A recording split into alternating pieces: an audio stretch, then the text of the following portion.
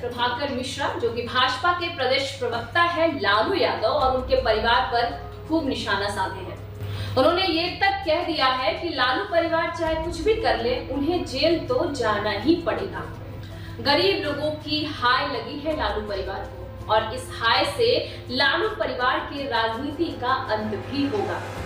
अपने आगे के बयान में प्रभाकर ने कहा कि वो पीढ़ी जो 2005 के पहले के बारे में कुछ भी नहीं जानती, उन्हें भी तो बेहद जानना जरूरी है कि 2005 के पहले बिहार में किस तरह की बदहाली हुआ करती थी।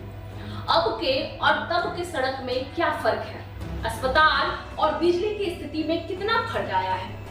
इतना ही नहीं, 2005 के पहले बिहार में कैसी कानून व्यवस्था थी, क्या हाल था उसका, ये सब भी तो जानना चाहिए। लालू और राबड़ी ने तो उद्योग के नाम पर अपहरण का उद्योग खड़ा कर दिया था बिहार में। अगर इस सच को सुनने के बाद राजद नेताओं को मिर्ची लगती है तो मिर्ची लग जाए, क्योंकि सत्य को कभी कोई झुठला नहीं सकता है। लालू ने जिस तरीके से गरीब छात्रों के साथ अन्याय किया है, उसका फल तो उन्हें भुगतना ही पड़ेगा। लालू यादव को जेल से छुट्टी नहीं मिलने वाली है।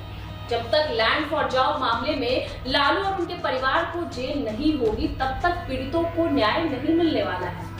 वहीं दूसरी तरफ अगर हम बात करें तो जदयू के प्रदेश अध्यक्ष उमेश सिंह कुशवाहा ने ये कहा है कि लालू परिवार के राजनीतिक दमन पर चारा घोटाला, लैंड फॉर जॉब घोटाला, मिट्टी घोटाला, माल घोटाला और बेनामी संपत्ति घोटाला जैसे ना जाने कितने अनगिनत दाग हैं। और ये घोटालों की लंबी लिस्ट राजद के भ्रष्टाचार और अनैतिक व्यवहार का जीता जागता उदाहरण है। जनता अब जाग चुकी है और अब इस परिवार को लूट का मौका बिल्कुल भी नहीं देने वाली है।